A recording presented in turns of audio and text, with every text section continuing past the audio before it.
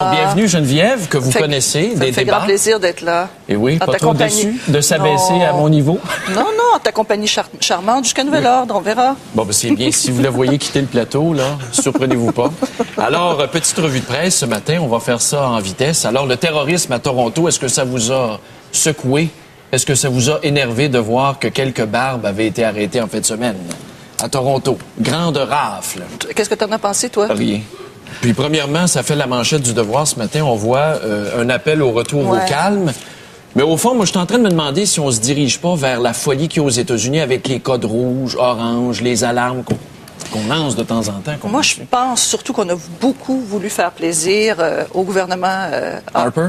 Harper a voulu faire plaisir, à quelque part, aux Américains en leur disant « Regardez comme on est bon, regardez comme on est capable de mettre en laisse nos terroristes. On est vraiment sérieux en ce qui concerne la sécurité. » Je pense que ça ressemble un peu à une opération presque... Maquillée un peu. Mais t'as-tu vu la presse qu'ils ont faite en fin de semaine? Je me demande si c'était pas la première page de la presse hier, dimanche, où on voyait des cibles identifiées. L'aéroport de Toronto. Oui. Pickering aussi, les 7-8 réacteurs nucléaires. Puis là, je me suis dit, on avait quelque chose à se mettre sous le dent. Tu lis l'article, puis on ne sait même pas. Puis d'ailleurs, je pense que c'est sorti juste ce matin, là, le fait qu'il y avait les cibles, entre autres, il y avait la tour. Là, oui, la tour du CN. La tour du CN, quelques autres des édifices gouvernementaux, je pense, et c'est tout. Ce qui est intéressant aussi, c'est, si vous avez le temps de le lire, c'est dans la presse, c'est une lettre... Son nom, le Gwyn Dwyer, qui est un journaliste canadien indépendant établi à Londres, et qui nous dit finalement que... les attaques, on n'a pas à craindre un complot international. On n'a pas à craindre que les gens viennent ni à Montréal, ni à Ottawa, ni nulle part de l'extérieur. Ce seraient des petites cellules qui feraient sauter des choses ici et là. Mais il y a des cellules dormantes au Canada. La preuve, la frontière est une passoire. Effectivement, il y a des cellules dormantes. Puis bon, les gens qui sont plus alarmistes vont dire, bon, on a des centrales nucléaires, on a 56 affaires. Ils pourraient s'attaquer à ça, mais... Je pense qu'il faut faire attention, mais je pense pas que le scénario alarmiste là, soit la chose la plus intelligente à Et le racisme, faire en ce moment. regarde, à Toronto, on a déjà attaqué des mosquées qui ont été vandalisées de l'endroit où les gens qui ont été arrêtés fréquentaient. C'est tout ce que je trouve de bon. Par exemple, la chose la plus intéressante qui m'est venue par rapport à ça, c'est que pour la première fois, on entend des musulmans modérés dire « Nous ne sommes pas d'accord avec ces gens-là. » Enfin. Nous, on dit ça depuis des mois. En tout cas, moi, je sais que j'ai dit ça à plusieurs reprises. Quand est-ce qu'il va y avoir des musulmans modérés qui vont venir nous dire... Des leaders d'opinion, des imams modérés. On n'est pas d'accord avec cette violence-là, ni avec le terrorisme. C'est pas bon pour nous, c'est pas bon pour personne. Alors, ça, c'est la seule bonne affaire, la seule chose, je dirais, significative qu'on peut tirer à ce moment-là de cet événement-là. Ça va être à suivre. Et vous avez vu dans la presse en fin de semaine, première page de la presse samedi, l'abolition des tarifs de garderie qui étaient dans bien des cas, surtout les garderies privées. On chargeait plus que 7 $ par jour. Donc, je vais vous expliquer ça. Savez-vous pourquoi je peux vous l'expliquer? Oui, parce que moi, j'y comprends rien.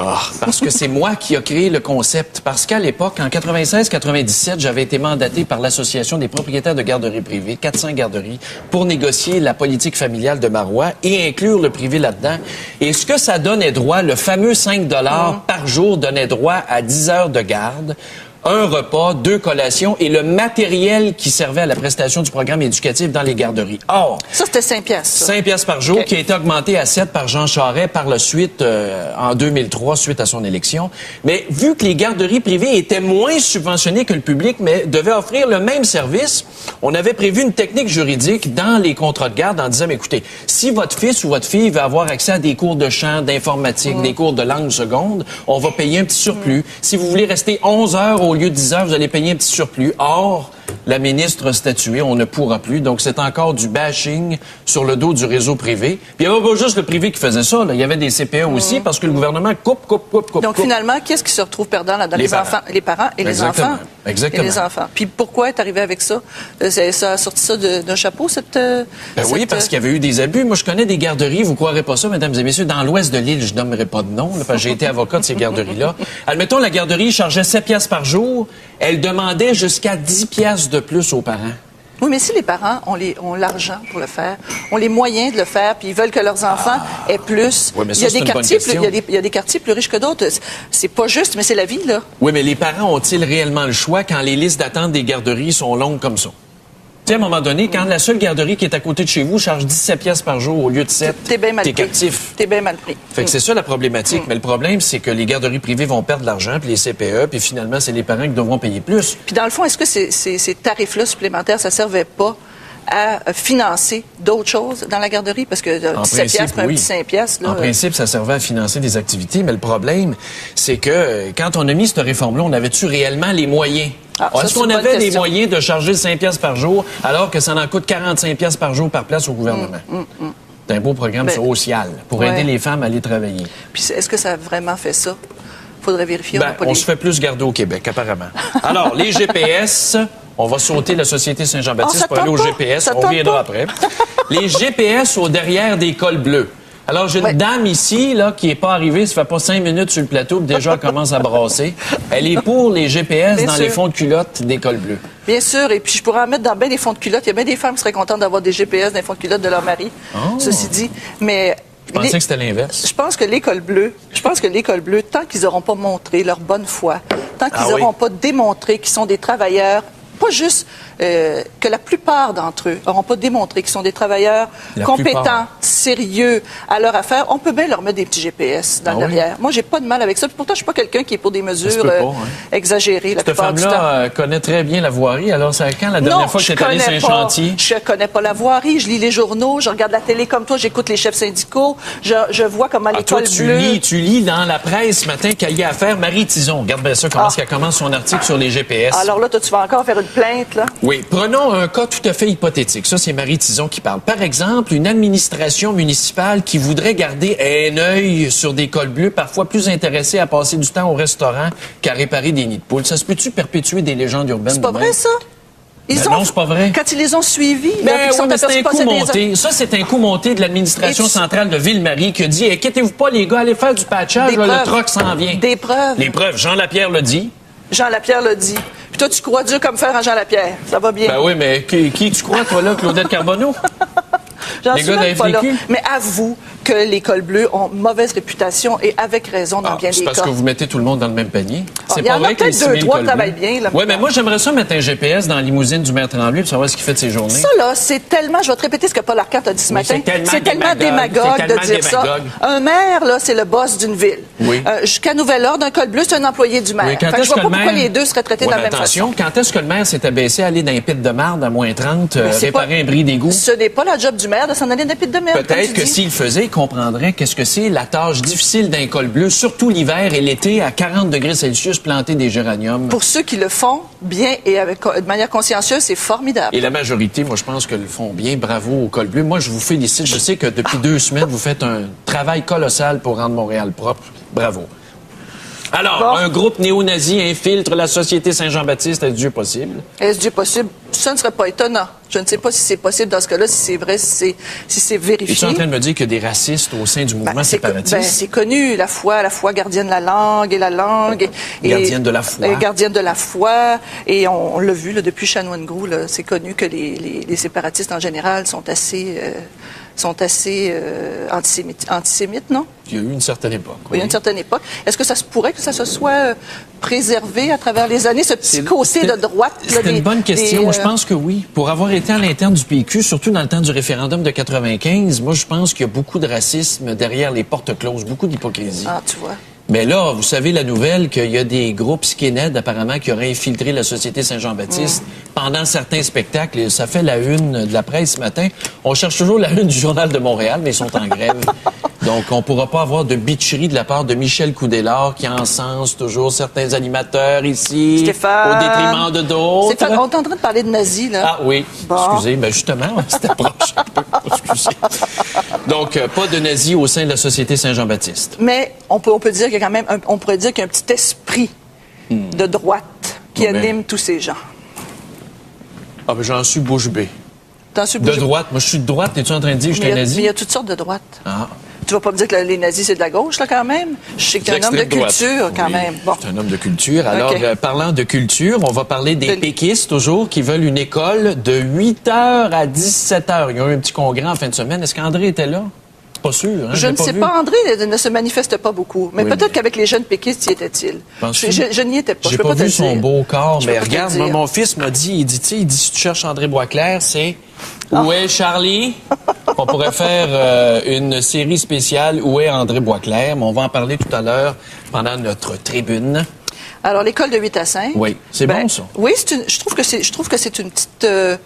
une petite incursion vers la droite. On pourrait dire que c'est une petite mesure un peu de droite. Comment ça? Parce que c'est pas la gauche qui contrôle les cerveaux? Non, dans la mesure où on restaure un certain ordre, on peut dire que c'est de la droite. Moi, le jour où on va avoir un costume dans les écoles, puis que les filles vont arrêter de se montrer le derrière pour aller à l'école, puis la bédaine, puis les tétons, ça, c'est un autre sujet, comme dirait Gilles Proulx. Oui, c'est un autre sujet. Oui. Mais ça serait bien. L'école de 8 à 5, là, moi, s'ils peuvent faire des cours le plus long possible, donner le plus de contenu, de matériel, d'études obligatoires, de l'éducation, j'ai aucun problème. Sauf qu'il faut avoir travaillé dans les écoles pour savoir que ce ne sont pas les professeurs qui runnent, en bon français, les écoles, ce sont les autobus scolaires. Oui. Si les compagnies d'autobus scolaires veulent venir chercher les enfants à 2 heures ou à 3 heures, au diable, ça va prendre des parlementations là, qui n'auront plus de fin. Mais tu as tout à fait raison. Même chez nous, la commission scolaire de la Vallée des Tisserands, c'est ça. L'école primaire est pénalisée, commence plus tôt, finit plus tôt, pour que le secondaire puisse être ramassé par les mêmes autobus, parce qu'on ne peut pas mettre les deux, apparemment. Parce que moi, je pense que les parents, ils seraient très contents que leurs enfants finissent à 5 heures, parce que déjà, ils pourraient revenir du travail, il y aurait moins une course. Moins de stress. Tout ça aurait du bon sens, puis ils seraient à l'école, puis ils travailleraient, puis ils étudieraient. On en a besoin au Québec. L'éducation, c'est la voie de l'avenir, c'est la voie de la liberté. Puis nos enfants, on s'en occupe pas à ce niveau-là. Je trouve ça terrible. Puis la beauté, là, c'est qu'au lieu d'avoir des services de garde en milieu scolaire, admettons, je sais pas, de 3 moins quart à 6, de l'étude, avec un professeur qui superviserait à peu près une trentaine, et on finit en parlant d'Angelina Jolie, qui s'est fait offrir une belle tétine en or, avec des diamants, 17 diamants. Moi, je me contenterais d'une tétine naturelle. Mais elle ne celle de Caroline Néron. Ah, mon Dieu, je pensais que tu allais dire celle d'Angelina, mais qui doit être pas mal elle-même, en plus. Ce que je voulais dire par rapport à ça, c'est que c'est que ce hochet aurait dû être donné au fils de Donald Trump, Barron, et qu'on l'a finalement... C'est une société qui décide de donner ça à une vedette. Alors, on est en plein culte là, de la célébrité. De la tétinerie. De la célébrité, c'est complètement dingue. Bon, c'est bien. Alors, le sujet du jour, mesdames et messieurs, l'heure est grave. Doit-on refaire une nouvelle course à la chefferie du PQ? Souhaitez-vous le retour de Bernard Landry? C'est pas des farces, on en est rendu à se poser cette question-là. André Boisclair vient d'être élu. Tout le monde l'a vu comme un sauveur. Je l'ai même défendu personnellement sur la place publique. On s'aperçoit que depuis son élection, c'est une canisse vide. Mais enfin, penses-tu que Bernard Landry c'est une canisse qui n'a pas beaucoup parlé, disons. Ben oui, mais sapristi, il n'est pas là dans aucun des débats. En fin de semaine, il y avait une manifestation sur Orford qui a ramassé quelques personnes. Il y était. Et il n'a pas eu le courage de dire que s'il était élu demain matin premier ministre, il scraperait le projet. Comment ça se fait que ce gars-là a peur de parler? Explique-moi ça, ma belle Geneviève. Ça, je peux tellement pas te répondre à ça. Toi qui es de la gauche, tu dois aimer ça. Moi, c'est le genre de leader. Moi, je suis comme toi, je suis mitigée. Un peu de droite, un peu de gauche. Geneviève est aux deux. Ben oui, les gens intelligents n'ont pas juste une boîte. Là. Ils peuvent réfléchir des deux bords de la tête. Là, tu sais. Alors, qu'est-ce qu'on fait avec Bernard? C'est quoi l'alternative? Qu'est-ce qu'on fait avec Bernard? Moi, je pense que Bernard a fait son temps. Je pense que ce règne d'homme autoritaire a fait son temps. Moi, je suis tannée. Règne autoritaire? Moi, je suis tannée. Tu écouteras la voix de Bernard Landry, tu écouteras comment il s'adresse aux gens, cette façon de haut traiter les gens. Moi, j'ai beaucoup été pour Bernard et je suis très déçue qu'il s'accroche de cette façon-là. Voilà. Bon, on va en discuter avec nos gens, donc on vous invite à nous appeler. Donc la question aujourd'hui, c'est souhaitez-vous le retour de Bernard Landry? Donc réservez vos circuits 790-0874, 1-877-790-3535 ou sur Internet www.tqs.ca. Après la pause.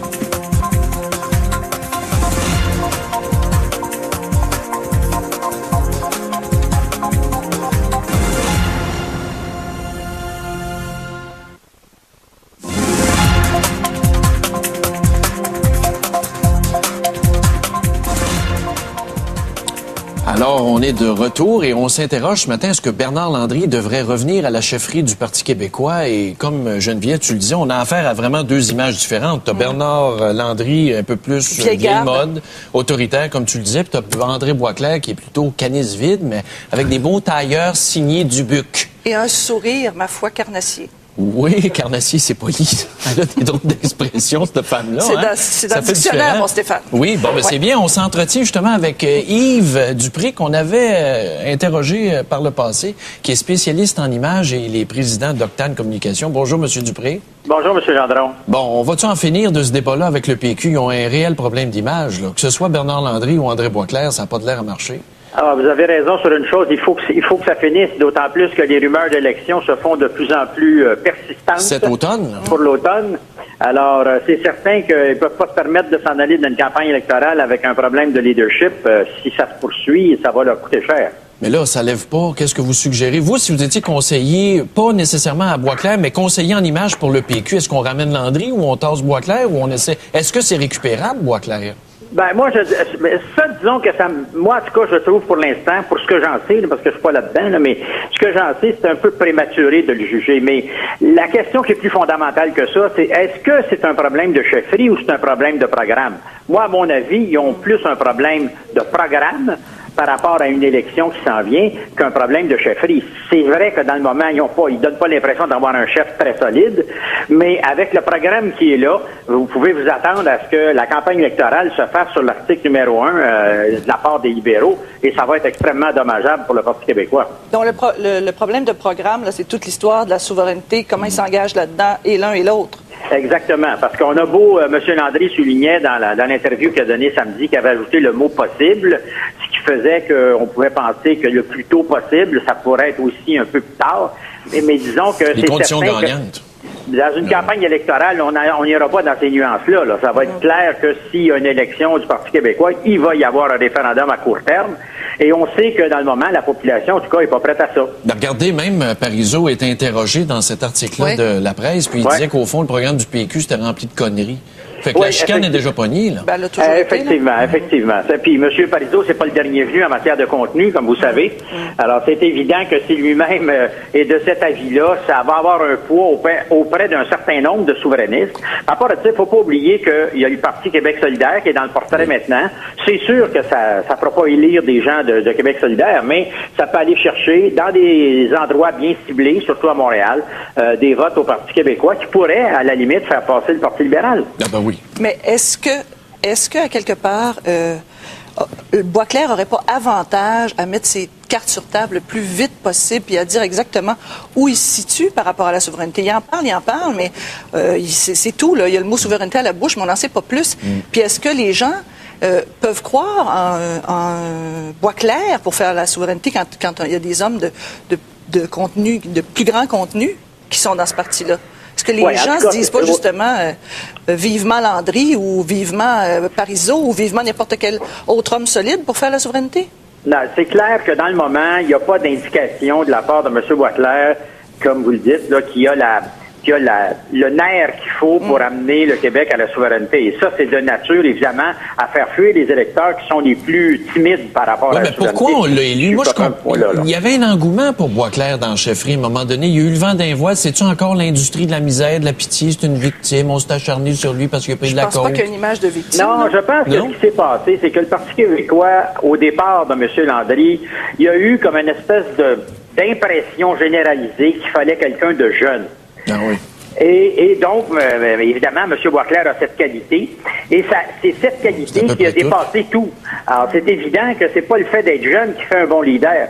Oui, mais regardez, en fin de semaine... Ça peut annoncer des choses, mais c'est pas tout ce que ça prend. Oui, mais en fin de semaine, là, un vrai chef aurait dit dans la manif à Harford devant l'Assemblée nationale, si je suis premier ministre, si je suis élu, fini le projet de loi, on le scrape. Mais il l'a pas dit. Non, ce gars-là a peur. Il y a beaucoup de mollesse, c'est un fait. C'est un fait, et c'est pas une seule fois, c'est ça qui est le problème, c'est qu'à chacune des apparitions publiques, on a devant nous quelqu'un qui, ou bien a peu de contenu, ou bien a peu de leadership, si je peux appeler ça comme ça. C'est la maladie du consensus. Qui fait, le consensus qu'on s'en fiche. Oui, exactement. Non, mais c'est vrai. Tu peux pas gouverner, en fait, de consensus. La preuve, c'est que Charest, l'écoutes-tu, le consensus contre Harford? Pas en tout. Non. Puis je trouve, messieurs, vous oubliez quelqu'un assez facilement. C'est Madame... Bon, une autre histoire de bonne femme. Qui qu'on a oublié? Pas Pauline? Ben oui, Pauline. Je trouve que l'importance de Pauline, ou en tout cas la présence de Pauline, prend beaucoup d'importance dans cette affaire-là, parce que Pauline, à la fois, représentait une garde moins vieille, disons, que Bernard, et elle était aussi une femme dynamique, pleine de contenu, pleine de compétences. On peut pas sauter par-dessus Pauline de même, là. Oui, mais non, c'est vrai, vous avez raison là-dessus. Vous y croyez vos spectres, si Mme Marois avait été élue, on aurait probablement une autre situation au Parti québécois actuellement. Mais qu'est-ce que vous voulez? Ça, c'est de la rétro-politique et ça donne pas grand-chose.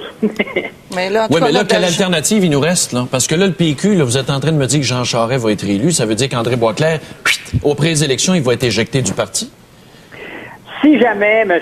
Charest est élu, Oh, ce qui est envisageable au moment où on se parle. Plus que jamais, oui. Je pense qu'effectivement, M. Boisclair aura de la difficulté à rester à la tête du parti. Et là, qui est-ce qui va arriver là? Quant à moi, disons, ceux qu'on connaît ont tous indiqué qu'ils ne retourneraient pas, ni Mme Marois, ni M. Bouchard, certainement pas. Alors, ça devient un petit peu... François la Legault. question du jour. Il y a M. Duceppe qui pourrait peut-être décider de faire le saut au Québec. On ne sait pas. Mais là, qui va prendre la tête du Bloc? Serge Ménard, peut-être? Ben, le Bloc, oui, ça, c'est pas réglé non plus. Mais vous savez que j'ai entendu dire qu'il y a beaucoup de députés du Bloc qui songent à traverser du côté du conservateur. Oui, j'ai reçu des anciens... C'est une rumeur qui circule, mais il y en a seulement un ou deux qui ont confirmé leur intention, je pense, pour l'instant. Oh, oui, ça va être bon à suivre. Ben, merci beaucoup, monsieur. Avais-tu une autre question, toi, avant de terminer? Non, tout ce que j'ai remarqué, en fait, c'est plutôt une conclusion, c'est qu'on a vraiment un problème de sens. Oui. Au niveau du sens, des valeurs de ce parti-là, du PQ. C'est ça notre problème. Dans une phase creuse. Ben, merci beaucoup, monsieur Dupré. Au revoir. Plaisir. Au revoir. Au revoir. Donc, c'est l'heure d'aller à la pause, mes chers amis. Alors, venez toujours nous appeler. Donc, les numéros de téléphone, on les rappelle, 790-0874, sans frais. 1-877-790-3535. Vous savez, TQS, le poste 35, 3535. T'es cute quand tu fais ça. Oui, et www.tqs.ca. Merci beaucoup. On attend vos messages de bêtises et vos insultes. Mais non, vos compliments, vos mots charmants. Qu'est-ce que c'est que ça?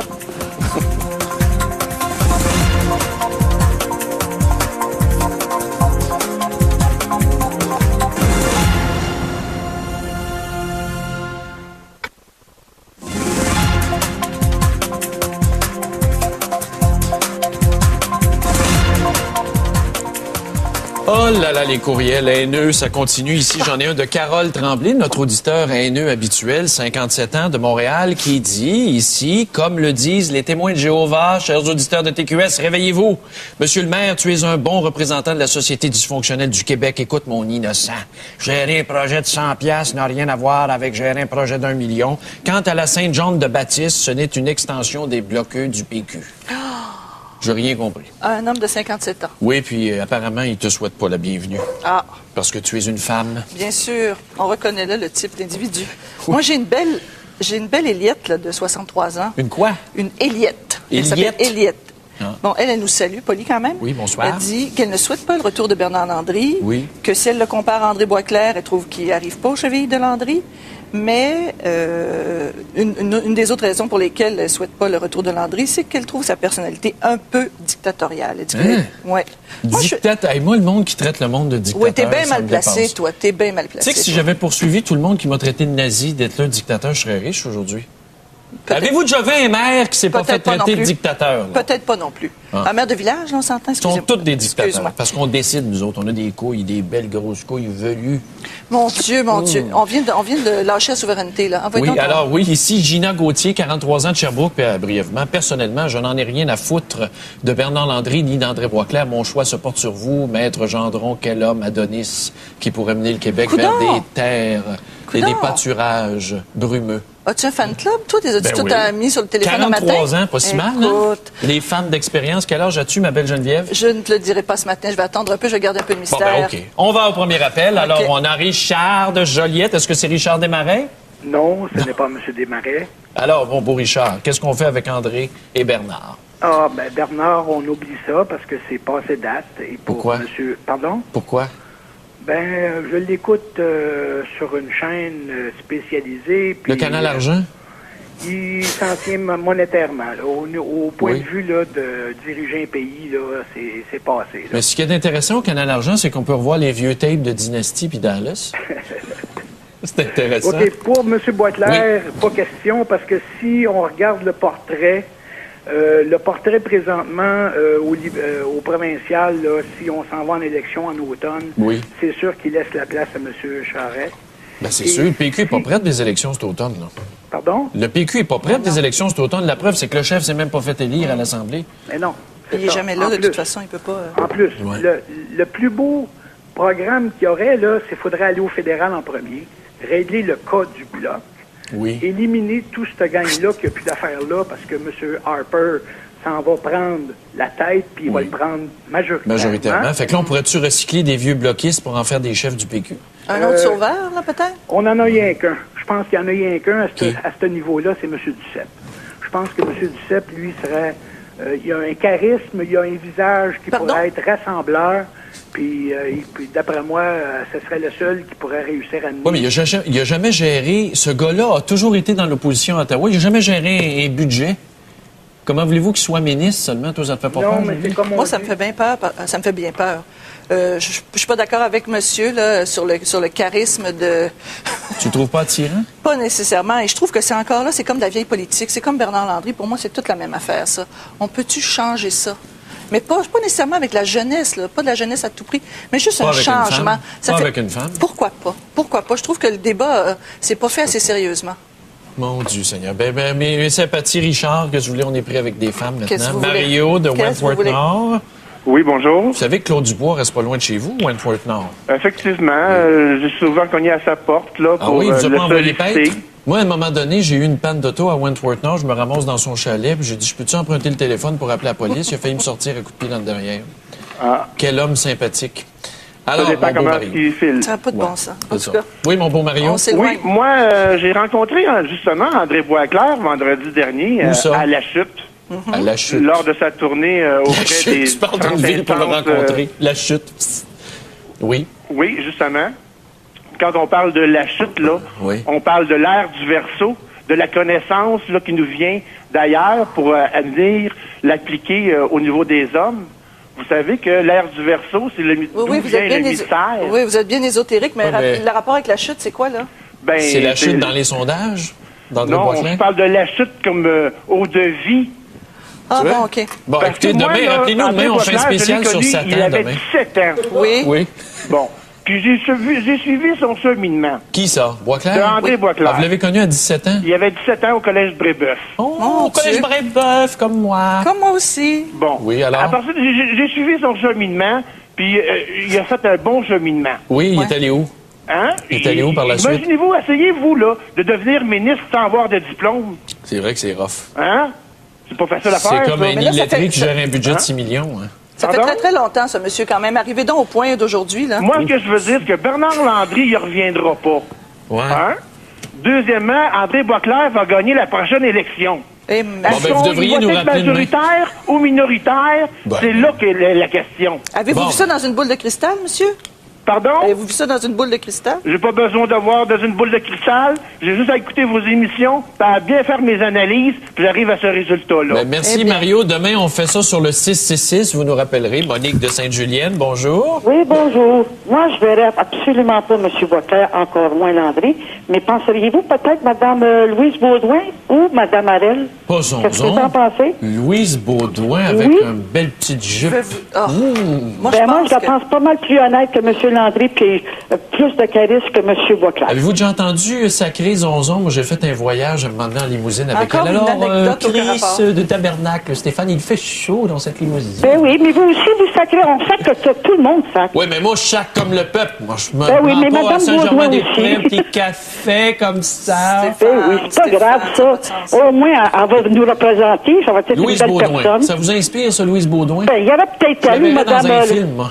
Mais je pense qu'il y a une petite question de proximité qu'il faut se poser. De Oui. proximité. De proximité pour Mme Baudouin. Mme Baudouin, on ne peut pas dire que c'est quelqu'un qui pourrait être très rassembleur du peuple. Ça, pensez? tu as raison là-dessus. À part les saletés du Louise peuple. Arel, je pense que Louise depuis Arel, le temps c'est la où- FADOC. Depuis le temps où elle est la FADOC. Qu'est-ce que c'est que Oui, ça? oui, mais Louise Arel, C'est tu es en train de me dire que c'est Bernard pas Landry plus- a fait c'est son pas temps. plus- C'est pas plus la FADOC que Bernard Landry. Ben, c'est ça que je te Excuse-moi. dis. Louise Arel elle est rendue qu'elle est obligée de se teindre les cheveux. Mais parce que voyons Arrêtez donc, voyons donc. donc, voyons Arrêtez donc. Toi donc. aussi, t'es teint ou tu vas être sur le bord des teintes, là. C'est ça. Ben, je vais être assez grand pour me retirer quand ils vont être blancs. On verra ça. Tu vas voir quand tu vas goûter au pouvoir, plus que ça. Exactement, il Bon, va fait qu'à tenir à part son Louise pouvoir. Arel puis Louise Baudouin, là, les loulous du PQ, là, avez-vous les lolos, quelque chose?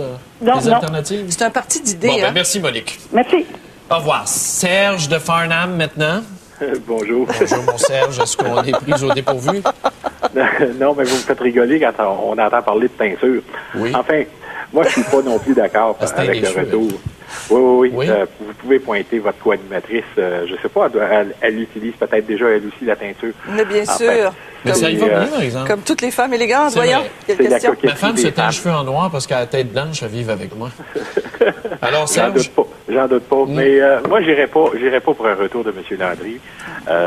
Non plus, je n'appuie pas M. Boisclair, surtout pas avec les conneries qu'il a déclarées là, devant la Chambre de commerce de Québec. Je vais me bâtir à Québec ou je vais me faire loger à Québec. Mais madame, s'il vous plaît, cessez de nous ramener Pauline Marois et puis tout son bagage politique. Regardez tous les ministères où elle est allée. Ça a été un fiasco. L'éducation, la santé, les finances, ça a été un fiasco. Le seul bon coup, je pense, de Mme Marois, c'est d'avoir nommé Claude Blanchette dans la super SGF et les super méga hôpitaux. Mégalomane, plus que ça, tu meurs. Là, elle n'a pas eu ce qu'elle voulait à Québec. Elle s'est essayée plusieurs fois. Elle va s'en venir à la mairie de Montréal. Écoutez, on n'a pas besoin de ça. Si vous me faisiez le compte de tous les politiciens masculins qui ont pris des décisions plus ou moins justes ou qui ont des ministres qui ont pris des décisions plus ou moins justes, vous me feriez un même bilan. Si on regarde toute la carrière de Pauline Marois, il y a des mauvais coups, mais il y a des bons coups. Il y a surtout une grande stabilité, puis une constance dans l'appareil gouvernemental qui fait qu'elle pourrait, à quelque part, dealer ces questions de souveraineté si ça se faisait. Avec les idées de grandeur. C'est vrai qu'il y a autant d'hommes que de femmes qui ont fait des conneries en politique. On pourrait en aligner plusieurs camions 18 roues et remplir les bennes. Les femmes ou les hommes? Ou tous les politiciens? Les deux. Les politiciens. Tout ce qu'ils font une fois rendus au pouvoir. La seule chose qu'ils font une fois rendus au pouvoir, c'est d'essayer de se maintenir au pouvoir. C'est d'essayer justement d'en arriver à un consensus. C'est pas comme ça qu'on dirige. Non. Je regarde simplement ce qui s'est passé dans la municipalité de M. Gendron. Oui. La fameuse histoire du couvre-feu. Oui. Mon Dieu, que ça a levé des boucliers. Oui. Mais je suis certain d'une chose, par exemple, depuis cette période-là, les parents s'occupent de leurs enfants. C'est drôle, il a simplement éveillé des gens.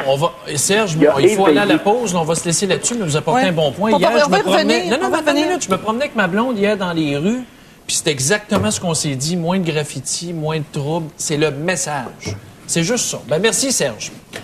Alors, c'est le temps d'aller à la pause et on vous repose la question. Sommes-nous prêts pour le retour de Bernard Landry ou André Boisclair doit-il quitter? C'est comme vous voulez.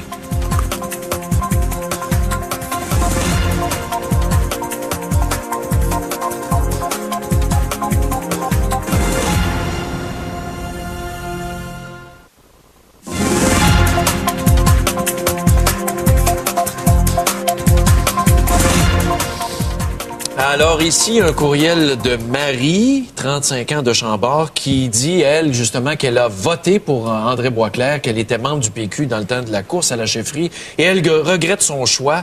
On voulait du changement de la jeunesse de la fougue, et il s'est révélé une personne qui fuit les questions et les journalistes. Bref, une canisse vide. J'aurais dû voter pour Pauline Marois. Oh. Même, dans le même sens ici. Dans le même sens, ici, en fait, ce qu'on dit, c'est que M. Landry a fait son temps, M. Boisclair n'est pas à sa place et que nous sommes prêts à avoir une femme comme premier ministre et que Mme Marois aurait été excellente. Est-ce que Mme Marois pourrait revenir? Est-ce qu'elle pourrait reconsidérer? Non, je pense... Non, mais admettons qu'ils perdent le PQ aux prochaines élections. Moi, je pense que cette femme-là a été assez écœurée de toute la situation que je l'imaginerais bien mal vouloir se remettre là-dedans. Ah oui, c'est à suivre. Alors, Daniel de Saint-Hyacinthe. Bonjour, Daniel. Qu'en pensez-vous? Est-ce que Bernard Landry devrait revenir? Bonjour à vous deux. Bonjour. Bonjour. Ouais, moi, regardez, moi, je suis très déçu pas de Bernard Landry, mais de l'autre, là. André? Oui, parce que moi, je l'ai connu à l'époque où j'étais dans l'MSQ, le Mouvement souverainiste du Québec. C'est quoi, ça? C'est l'ancien nom du Bloc. Oui. Si on peut dire l'ancêtre du Bloc. Moi, ça me surprend pas de l'autre qui bouge pas. Moi, je l'ai connu, c'est pas quelqu'un, il parle fort, mais il bouge pas. Pas du tout, c'est une grande gueule, comme on dit. Vous avez voté pour qui, vous, à la chefferie? Moi, j'avais pris pour Pauline Marois, mais j'étais sûr qu'elle n'allait pas passer comme d'habitude. Là, c'est lui qui a passé. Et moi, je suis très déçu de Benoît. Je ne suis pas surpris qu'il ne bouge pas. Ouais. Mais en même temps, je ne sais pas si vous vous rappelez, en Chambre, par exemple, André Boisclair, quand il est dans les débats de la Chambre, était un orateur extraordinaire. Il était justement fervent, enragé, il bouchait les libéraux de manière formidable pendant qu'il était au pouvoir. Et c'est probablement ça que les gens on gardait en mémoire, mais là, depuis qu'il est chef, il se passe plus rien. Complètement absent. Alors qu'il était enragé, vindicatif, il répondait, il était au courant des dossiers. C'était assez exceptionnel de le voir en chambre. Là, c'est comme s'il avait fait... C'est une image. Oh, oui, la ballonne s'est dégonflée. Mais merci, Daniel. C'est vrai. Alors, Patrick de Saint-Tite des Caps. Ah, quelle belle place, Saint-Tite des Caps. Bonjour, Patrick, ça va bien? Oui, et vous? Alors oui, est-ce que c'est pas là qu'il y a le Festival Western, hein? Non, c'est Saint-Tite de Champlain. Saint-Tite de Champlain. Donc vous êtes à Saint-Tite des Caps. Oui. Alors, qu'en pensez-vous d'André Boisclair? Est-ce qu'on le balance ou on le garde? On le balance. Oui? Oui. Pourquoi? Parce que ça commence à être trop vieux. Ça roule depuis trop longtemps dans cette machine politique. André Boisclair, mais c'est vrai que c'est un vieux qui est resté jeune. Il commençait très jeune, ouais. C'est un peu comme Mario Dumont. Il est dans la machine pareil. C'est vrai. Ça fait quoi, 15-20 ans qu'il est en politique à peu près? Ouais. Il est arrivé la jeune vingtaine, en tout cas. Puis il va avoir 40. Mais il reste qui en dehors de la machine? Tu sais, on dit Pauline Marois trop dans la machine, Boisclair trop dans la machine, Landry trop dans la machine. Qu'est-ce que ça prend? Ouais, il restait quelqu'un comme moi. Qui, ça, comme vous? Ben, quelqu'un qui a des idées. Puis qui Quel âge vous avez, vous? Premièrement, arrêter oui? les partis politiques. Interdire les partis politiques. Oui? Non. Puis vous organiseriez ça. Plus de partis politiques, fini. L'anarchie, hein? On vote pour, là... Représenter votre comté, votre place. Oui. Pas ailleurs, pas de parti. C'est ça. Pas de ligne de parti, pas de discipline, c'est fini. Des indépendants. Ouais. Puis vous, ça vous intéresse? Oh, oui, ça m'intéresserait. Non, mais quel âge vous avez, là? Vous voulez cacher votre âge, là? 23 ans. 23 ans? Oui. Avez-vous étudié là-dedans un peu en sciences politiques? Non. À quoi ça sert? Ouais. Ça sert à rien. Ben, merci, Eh mon bien, beau merci. Patrick. Il Comment? suit aux statistiques pour faire des C'est statistiques. vrai. Il gouverne en fonction des sondages. Donc, on devrait éliminer les sondages si vous êtes aussi. si vous êtes cute, peut-être, là. Tu sais, des Envoyez-nous fois... votre photo par courriel, puis je vais vous faire un topo rapide là-dessus en format JPEG, s'il vous plaît. C'est pas le plus beau. Bon, c'est pas grave. Regardez, Jean Charest est au pouvoir, puis ça change rien. Merci beaucoup. Alors, on passe au dernier appel. Louise de Verchères. Ah! La patrie de Bernard Landry. Comment ça va, Louise? Oui, ça va bien. Bon, est-ce que vous vous ennuyez de votre chef? Ah, du tout. Pas pantoute. Non, pour moi, Non, pour moi, c'est fini. Bernard Landry, là... Avez-vous voté pour Bernard Landry dans le passé? Non. Jamais. Oui. Oui, mais ça fait longtemps. Ça, disons, la première fois, là. Mais là, aimez-vous votre nouveau député, Stéphane Bergeron? Bah, oui. Mais Louise, est-ce que vous n'avez pas un peu le roll-ball de ces hommes d'une certaine époque extrêmement autoritaires et dictatoriaux et qui regardent des gens de haut, qui on a toujours l'impression qu'ils sont en train de nous faire la leçon? Oui, justement. Ah oui. Comment? Qu'est-ce que vous aimez pas? Quand on pense à Verchères, là, je veux dire, sur la rue, on croise Bernard Landry, M. Landry. Hein? Oui. Est-ce que vous croyez qu'il nous dit bonjour? J'espère, non? Qu'est-ce qu'il fait? Il regarde-tu à terre? Ou... Non, il continue son chemin. Il vous dit pas bonjour? Il fait la course ce matin, là, puis il continue son chemin. Puis c'est vrai que moi, je suis juste... Il y a ses gens à lui, mais moi, je suis juste une mère de famille, fait que je crois que je suis pas... Puis mon mari est cultivateur, fait que je crois que c'est pas tellement intéressant non plus, là. Pour lui, le standing n'est pas le même, là. Je pense pas qu'on peut faire un procès d'intention comme ça, là, mais... Moi, je parlais surtout au niveau de sa façon de diriger. C'est pas dans la vie privée, mais sa façon de diriger, qui était vraiment...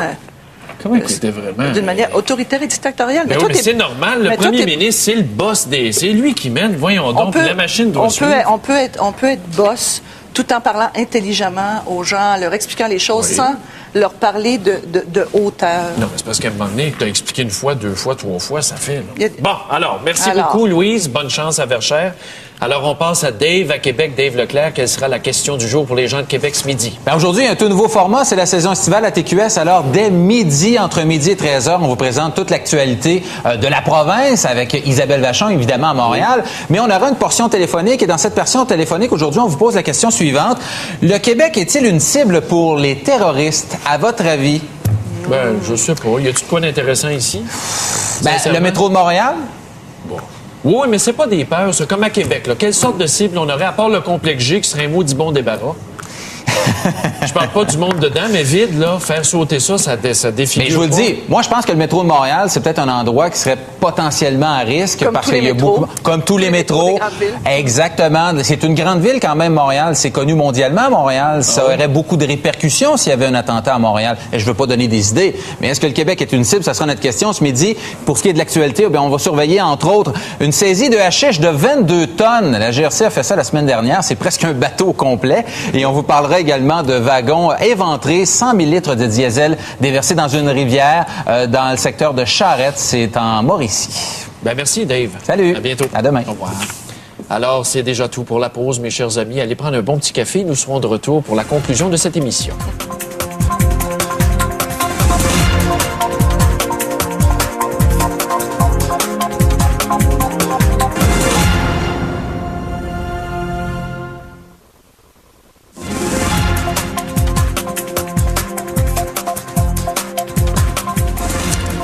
Oh là là là là, on a des courriels bizarres. Il y a quelqu'un qui nous écrit qui était parti 2 ans en Europe et il vient de revenir cet été, l'été dernier, pardon, je fais de la boule, puis il sait même pas c'est qui André Boisclair tellement on ne l'a pas vu sur aucune tribune. C'est vrai, tu sais.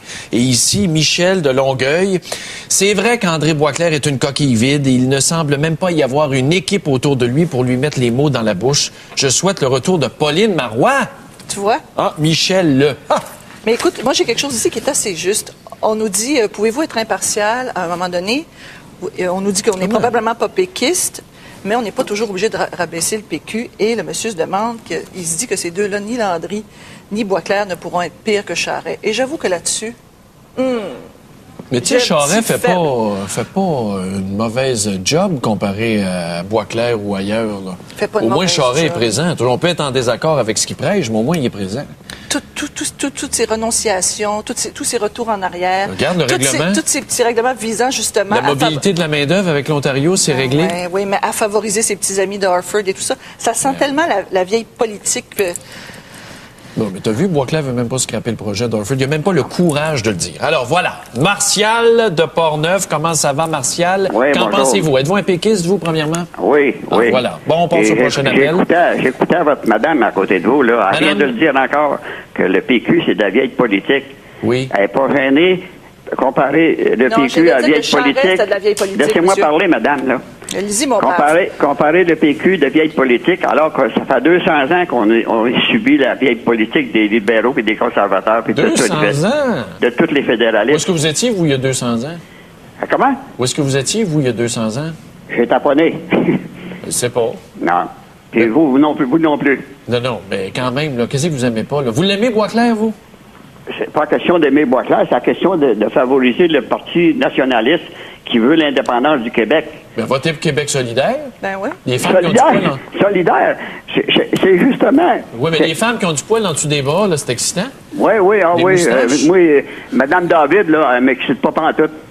Non, pas du tout. Pas du tout, M. Chose. Comment, M. Chose? Ça peut-tu être effronté? M. Gendron, d'abord. OK, c'est correct. Mais là, vous allez voter pour André Boisclair. Vous êtes satisfait de la job qu'il fait? On le voit pas nulle part? Non, monsieur est fanatique. Moi, je suis satisfait du Parti québécois, qui est nationaliste pour les Québécois. Oui. Ça va vous donner quoi, son indépendance? L'indépendance, on va être libéré pour... Libéré qui? Avez-vous entendu... Libéré quoi? Avez-vous entendu M. Séguin en 2003, décembre 2004, puis en janvier 2005, répéter que le Québec avait envoyé 47 milliards à Ottawa en taxes et en impôts. Parce qu'il gère mieux à Ottawa qu'à Québec. Oui, puis on en retire à peu près 10-12 milliards. Ben oui. Pensez-vous que... pourquoi? Parce qu'on est une province pauvre, mon pauvre Martial. Merci, Martial. On passe à Patrice à Québec. Coupez-moi la parole. Bonjour, Patrice à Québec. Comment ça va? Oui, bonjour, M. Gendron. Ça va bien? Qu'est-ce qu'on fait avec Bernard Landry? On le garde ou on le flush?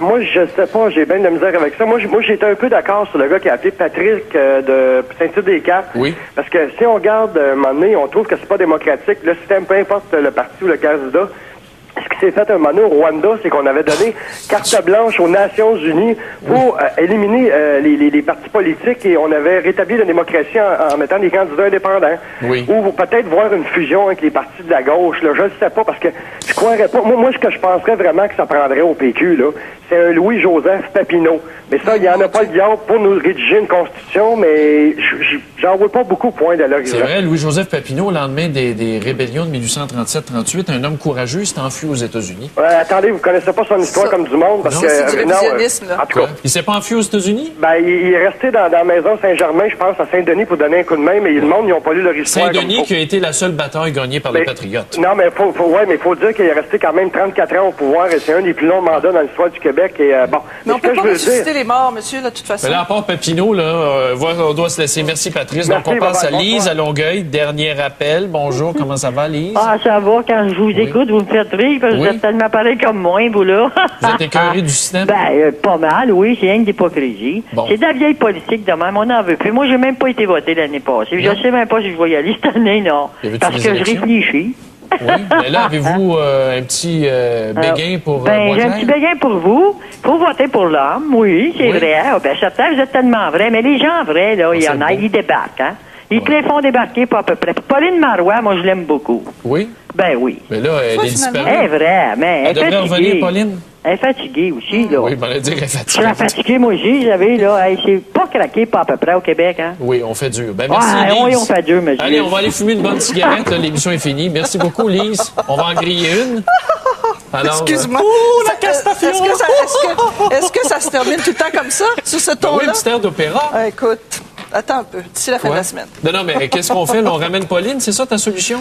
Non, j'en ai pas plus que toi de solution, puis j'en ai pas plus que les gens. Bon, regarde, ici, moi, j'ai une solution toute simple ici. Ramenons Stéphane Gendron à la chefferie du Québec. Merci beaucoup. Et à demain, Dieu. Mes chers amis. Un bel État dictatorial. Oui. Yes. Vive la dictature. Ouais.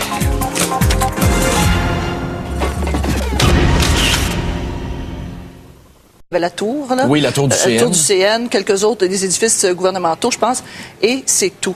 Ce qui est intéressant aussi, c'est, si vous avez le temps de le lire, c'est dans la presse, c'est une lettre... Son nom, le Gwyn Dwyer, qui est un journaliste canadien indépendant établi à Londres, et qui nous dit finalement que les attaques, on n'a pas à craindre un complot international, on n'a pas à craindre que les gens viennent ni à Montréal, ni à Ottawa, ni nulle part de l'extérieur. Ce seraient des petites cellules qui feraient sauter des choses ici et là. Mais il y a des cellules dormantes au Canada, la preuve. La frontière est une passoire. Effectivement, il y a des cellules dormantes. Puis bon, les gens qui sont plus alarmistes vont dire, bon, on a des centrales nucléaires, on a 56 affaires. Ils pourraient s'attaquer à ça, mais... Je pense qu'il faut faire attention, mais je pense pas que le scénario alarmiste là, soit la chose la plus intelligente à faire en ce moment. Et le racisme, regarde, à Toronto, on a déjà attaqué des mosquées qui ont été vandalisées de l'endroit où les gens qui ont été arrêtés fréquentaient. C'est tout ce que je trouve de bon. Par exemple, la chose la plus intéressante qui m'est venue par rapport à ça, c'est que pour la première fois, on entend des musulmans modérés dire « Nous ne sommes pas d'accord avec ces gens-là. » Enfin. Nous, on dit ça depuis des mois. En tout cas, moi, je sais que j'ai dit ça à plusieurs reprises. Quand est-ce qu'il va y avoir des musulmans modérés qui vont venir nous dire... Des leaders d'opinion, des imams modérés. On n'est pas d'accord avec cette violence-là, ni avec le terrorisme. C'est pas bon pour nous, c'est pas bon pour personne. Alors, ça, c'est la seule bonne affaire. Bienvenue, Geneviève, que vous connaissez, des débats. Ça fait grand plaisir d'être là. Et oui, pas trop déçu de s'abaisser à mon niveau. Non, en ta compagnie charmante jusqu'à nouvel ordre, on verra. Bon, ben c'est bien. Si vous le voyez quitter le plateau, là, surprenez-vous pas. Alors, petite revue de presse ce matin, on va faire ça en vitesse. Alors, le terrorisme à Toronto, est-ce que ça vous a secoué? Est-ce que ça vous a énervé de voir que quelques barbes avaient été arrêtés en fin de semaine à Toronto? Grande rafle. Qu'est-ce que tu en as pensé, toi? Rien. Puis, premièrement, ça fait la manchette du Devoir ce matin. On voit un appel au retour au calme. Mais au fond, moi, je suis en train de me demander si on se dirige pas vers la folie qu'il y a aux États-Unis avec les codes rouges, oranges, les alarmes qu'on lance de temps en temps. Moi, je pense surtout qu'on a beaucoup voulu faire plaisir au gouvernement. Harper? Harper a voulu faire plaisir, à quelque part, aux Américains en leur disant, regardez comme on est bon, regardez comme on est capable de mettre en laisse nos terroristes. On est vraiment sérieux en ce qui concerne la sécurité. Je pense que ça ressemble un peu à une opération presque... Maquillée un peu. Mais t'as-tu vu la presse qu'ils ont faite en fin de semaine? Je me demande si c'était pas la première page de la presse hier, dimanche, où on voyait des cibles identifiées. L'aéroport de Toronto, Pickering aussi, les 7-8 réacteurs nucléaires. Puis là, je me suis dit, on avait quelque chose à se mettre sous le dent. Tu lis l'article, puis on sait même pas. Puis d'ailleurs, je pense que c'est sorti juste ce matin, là, le fait qu'il y avait les cibles, entre autres. Il y avait la seule chose, je dirais, significative qu'on peut tirer à ce moment-là de cet événement-là. Ça va être à suivre. Et vous avez vu dans la presse en fin de semaine, première page de la presse samedi, l'abolition des tarifs de garderie qui étaient, dans bien des cas, surtout les garderies privées. On chargeait plus que 7 $ par jour. Donc, je vais vous expliquer ça. Savez-vous pourquoi je peux vous l'expliquer? Oui, parce que moi, j'y comprends rien. Parce que c'est moi qui ai créé le concept. Parce qu'à l'époque, en 96-97, j'avais été mandaté par l'Association des propriétaires de garderies privées, 400 garderies, pour négocier la politique familiale de Marois et inclure le privé là-dedans. Et ce que ça donnait droit, le fameux 5 $ par jour donnait droit à 10 heures de garde un repas, 2 collations et le matériel qui servait à la prestation du programme éducatif dans les garderies. Or, ça, c'était 5 piastres. 5 piastres par jour, qui a été augmenté à 7 par Jean Charest par la suite, en 2003, suite à son élection. Mais vu que les garderies privées étaient moins subventionnées que le public, mais devaient offrir le même service, on avait prévu une technique juridique dans les contrats de garde en disant, mais écoutez, si votre fils ou votre fille veut avoir accès à des cours de chant, d'informatique, des cours de langue seconde, on va payer un petit surplus. Si vous voulez rester 11 heures au lieu de 10 heures, vous allez payer un petit surplus. Or, la ministre a statué, on ne pourra plus. Donc, c'est encore du bashing sur le dos du réseau privé. Puis, il n'y avait pas juste le privé qui faisait ça. Là. Il y avait des CPE aussi, parce que le gouvernement coupe. Société Saint-Jean-Baptiste pour aller au GPS. On reviendra après. Les GPS sont derrière des cols bleus. Alors, j'ai une dame ici, là, qui est pas arrivée, ça fait pas 5 minutes sur le plateau, puis déjà, elle commence à brasser. Elle est pour les GPS dans les fonds de culotte des cols bleus. Bien sûr, et puis je pourrais en mettre dans bien des fonds de culotte. Il y a bien des femmes qui seraient contentes d'avoir des GPS dans les fonds de culotte de leur mari, ceci dit. Mais je pensais que c'était l'inverse. Je pense que l'école bleue, tant qu'ils n'auront pas montré leur bonne foi, tant qu'ils n'auront pas démontré qu'ils sont des travailleurs, pas juste que la plupart d'entre eux n'auront pas démontré qu'ils sont des travailleurs compétents, sérieux à leur affaire, on peut bien leur mettre des petits GPS dans derrière. Moi, j'ai pas de mal avec ça. Puis pourtant, je suis pas quelqu'un qui est pour des mesures exagérées la plupart du temps. Cette femme-là connaît très bien la voirie. Alors, c'est quand la dernière fois que tu es allé sur un chantier? Je connais pas la voirie. Je lis les journaux, je regarde la télé comme toi, j'écoute les chefs syndicaux, je vois comment l'école bleue... Tu lis dans la presse ce matin qu'il y a affaire Marie Tison. Regarde bien ça, comment elle commence son article sur les GPS. Alors là, toi, tu vas encore faire une plainte, là? Oui, prenons un cas tout à fait hypothétique. Ça, c'est Marie Tison qui parle. Par exemple, une administration municipale qui voudrait garder un œil sur des cols bleus, parfois plus intéressés à passer du temps au restaurant qu'à réparer des nids de poules. Ça se peut-tu perpétuer des légendes urbaines? C'est pas vrai, ça? Non, c'est pas vrai. Quand ils les ont suivis, mais c'est un coup monté. Ça, c'est un coup monté de l'administration centrale de Ville-Marie. Donc, finalement, qu'est-ce qui se retrouve perdant là, dans les enfants? Les parents et les enfants. Exactement. Et les enfants. Puis pourquoi est arrivé avec ça? Ça a sorti ça d'un chapeau, cette... oui, parce qu'il y avait eu des abus. Moi, je connais des garderies, vous croirez pas ça, mesdames et messieurs, dans l'ouest de l'île, je nommerai pas de nom, là, parce que j'ai été avocat de ces garderies-là. Admettons, la garderie chargeait 7 piastres par jour. Elle demandait jusqu'à 10 piastres de plus aux parents. Oui, mais si les parents ont l'argent pour le faire, ont les moyens de le faire, puis ils veulent que leurs enfants aient plus. Oui, mais ça, il y a des quartiers plus riches que d'autres. C'est pas juste, mais c'est la vie, là. Oui, mais les parents ont-ils réellement le choix quand les listes d'attente des garderies sont longues comme ça? Tu sais, à un moment donné, quand la seule garderie qui est à côté de chez vous charge 17 piastres par jour au lieu de 7, t'es captif. T'es bien mal pris. Fait que c'est ça la problématique. Mais le problème, c'est que les garderies privées vont perdre de l'argent, puis les CPE, puis finalement, c'est les parents qui devront payer plus. Puis dans le fond, est-ce que ces tarifs-là supplémentaires, ça servait pas à financer d'autres choses dans la garderie? Parce que 17 piastres, un petit 5 piastres... En principe, ça servait à financer des activités, mais le problème, c'est que quand on a mis cette réforme-là, on avait-tu réellement les moyens? Est-ce qu'on avait les moyens de charger 5 piastres par jour alors que ça en coûte 45 piastres par jour par place au gouvernement? C'est un beau programme social pour aider les femmes à aller travailler. Puis est-ce que ça a vraiment fait ça? Faudrait vérifier. On se fait plus garder au Québec, apparemment. Alors, les GPS, on va sauter la société.